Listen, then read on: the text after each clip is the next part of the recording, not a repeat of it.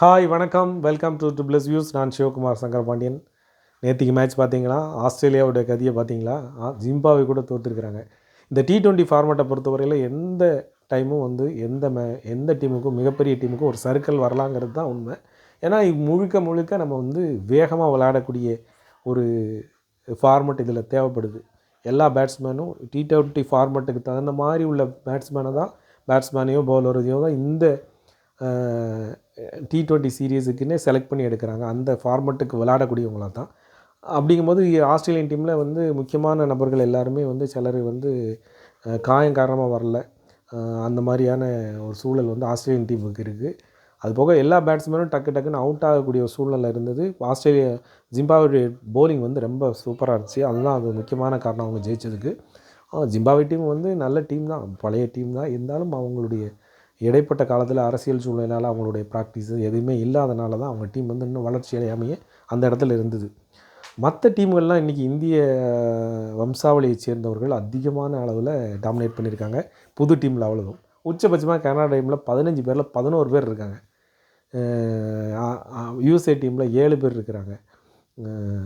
UAE டீமில் 5 பேர் இருக்கிறாங்க. அப்புறம் கனடா டீமில் இருக்காங்க, இட்டாலி டீமில் இருக்காங்க. எல்லா டீம்லேயும் வந்து இந்திய வம்சாவளியை சேர்ந்த வீரர்கள் வந்து அதிகமான அளவில் பெர்ஃபார்ம் பண்ணுறாங்க. முக்கிய வீரர்களாகவும் இருக்காங்க. நமீபியாவை தவிர மேக்ஸிமம் எல்லா டீம்லேயும் இருக்காங்க புது டீமில். நேபாள் வந்து இட்டாலியோட தோற்றது வந்து மிகப்பெரிய ஒரு வருந்தத்தகுந்த விஷயந்தான். ஏன்னா அவங்க வெஸ்ட் இண்டீஸ் வந்து நேபாளுக்கு போய் அந்த விளையாண்டு, இப்போ வெஸ்ட் இண்டீஸ் வந்து நேபாளோட தோற்றது. அந்த சீரீஸே வந்து நேபாள் வின் பண்ணிச்சு. அந்த அளவில் ஒரு டீமு இட்டாலி கூட தோற்றது நமக்கு வந்து ஒரு வித்தியாசமாக தான் இருந்துச்சு. இப்போது இந்த T20 வேர்ல்டு கப்பை பொறுத்தவரை வெஸ்ட் இண்டீஸினுடைய பவுலிங்கும் சரி, பவுலிங் ரொம்ப பிரமாதமாக இருக்குது. பேட்ஸில் டாமினேட் பண்ணவங்க இன்றைக்கி பவுலிங்கை வச்சு, அதுவும் ஃபாஸ்ட்டு பவுலிங்கில் ரொம்ப பெர்ஃபார்ம் பண்ணவங்க. ஃபாஸ்ட்டு பவுலிங்கை ஒரு காலத்தில் ஃபாஸ்ட் பவுலிங்னால் வெஸ்ட் இண்டீஸ் தான் அப்படிங்கிற லெவலில் இருந்தவங்க இன்றைக்கி ஸ்பின்னை வச்சு அந்த டீமில் ஸ்பின் அட்டாக்கை வச்சு அந்த மேட்சை வந்து ஜெயித்தாங்க. அந்தளவுக்கு அவங்களுடைய மேட்சினுடைய அவங்க குவாலிட்டியோட இது மாறிடுச்சு. வெஸ்ட் இண்டீஸும் வேர்ல்டு கப்புடைய ஒரு காலத்தில் அதிசயிக்க முடியாத டீம். ஆஸ்திரேலியா அப்படியோ அது மாதிரி தான் வெஸ்ட் இண்டீஸ் இருந்துச்சு. இன்றைக்கி அவங்களும் அரசியல் சூழ்நிலை காரணமாக அவங்க பெர்ஃபார்ம் பண்ண முடியாமல், நிறைய மேட்சுகள் விளையாட முடியாமல் இன்றைக்கி அந்த டீமுடைய நிலைமை கொஞ்சம் ஒரு மாதிரி இருந்துச்சு. இருந்தாலும் இன்றைக்கி கொஞ்சம் ஓரளவுக்கு நல்ல இந்த மேட்ச் வந்து அன்றைக்கி இங்கிலாண்டோட மேட்ச் வந்து ரொம்ப சூப்பராக விளையாடினாங்க. இப்படி புது டீமுகளினுடைய வரவு. UAE டீம் நேற்று UAE ஜெயிச்சிருக்கு, USA ஜெயிச்சிருக்கு, காலையில் ஜிம்பாப்வே ஜெயிச்சிருக்கு. ஸோ கீழே உள்ள டீமெல்லாம் மேலே வருது அப்படிங்கிறத நம்ம இப்போ பார்க்க வேண்டியிருக்கு. T20 ஃபார்மெட்டில் எது வேணாலும் வரலாம். அடுத்தடுத்து நடக்கக்கூடிய மேட்ச்சில் 2 மேட்ச் வின் பண்ணி ரன் ரேட் டாப்பாக இருக்கவங்க அடுத்த சுற்றுக்கு வர்ற மாதிரி தான் ஃபார்மெட் இருக்குது.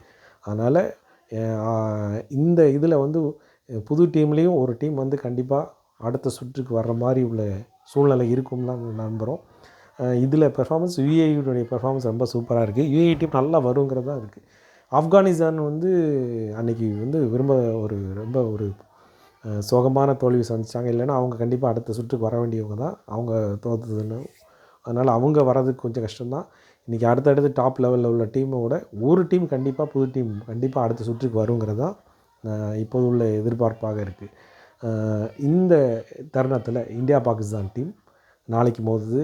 இலங்கையே வந்து திருவிழாவாக இருக்குது அப்படிங்கிறத நம்ம நேற்று வீடியோவில் பார்த்தோம்.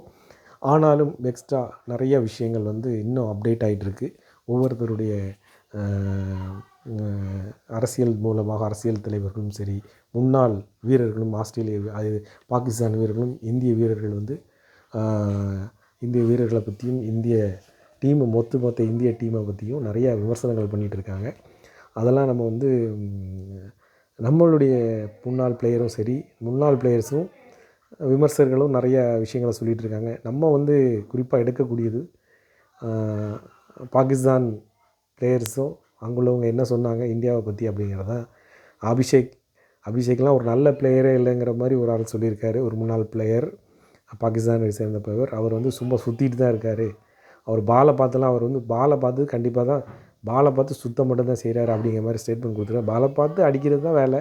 அது சுற்றினான்னு பாலை கரெக்டாக பார்த்து சுற்றுறதும் ஒரு கலை தான். அந்த மாதிரி தானே அவர் விளையாடுறாரு. இருந்தாலும் அவர் அப்படி சொல்கிறாரு.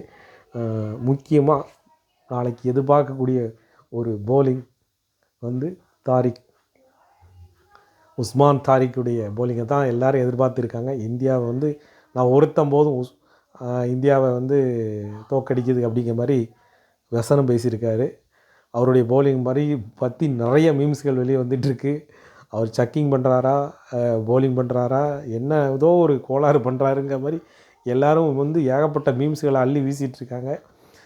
இந்திய பாகிஸ்தான் மேட்ச்சுக்கு வந்து உச்சபட்சமாக ஸ்ரீலங்காலேயே இது வரைக்கும் ஒரு கிரிக்கெட் மேட்ச்சுக்கு இந்த அளவுக்கு பாதுகாப்போ கொடுத்ததே கிடையாது. அந்தளவுக்கு செக்யூரிட்டி ரீசன்ஸ்லாம் பண்ணியிருக்காங்களாம். செக்யூரிட்டி டைட் பண்ணியிருக்காங்களாம். இராணுவம் வரைக்கும் இந்த மேட்ச்சுக்கு வந்து பாதுகாப்பு கொடுக்கறதுக்கு அதிகமான அளவில் மக்கள் வந்து வர்றாங்க. ஏன்னா ரெண்டும் வெறுப்புணர்ச்சி அதிகமாக உள்ள ரசிகர்கள் உள்ளனால எதுவும் பிரச்சனைகள் வந்துடக்கூடாதுங்கிறதுக்காக அதிகபட்ச பாதுகாப்பாக கொடுத்துட்ருக்காங்க. அது போக கிரவுண்டுக்குள்ளே நிறைய விஷயங்கள் வந்து நாளைக்கு மேட்ச்சுக்கு தடை விதிக்கப்பட்டிருக்கு. இது வரைக்கும் இல்லாத அளவுக்குள்ள விஷயங்களெல்லாம் வந்து கிரவுண்டுக்கு எடுத்துகிட்டு வர்றதுக்கு டிக்கெட்டை தவிர உங்களை அடையாளப்படுத்துறதுக்கான அட்டையும் டிக்கெட்டையும் தவிர வேறு எந்த விதமான நீங்கள் மேக்கப் சாதனங்கள் கூட கொண்டு வரக்கூடாதுங்கிற மாதிரி ரூல்ஸ் பண்ணியிருக்காங்க.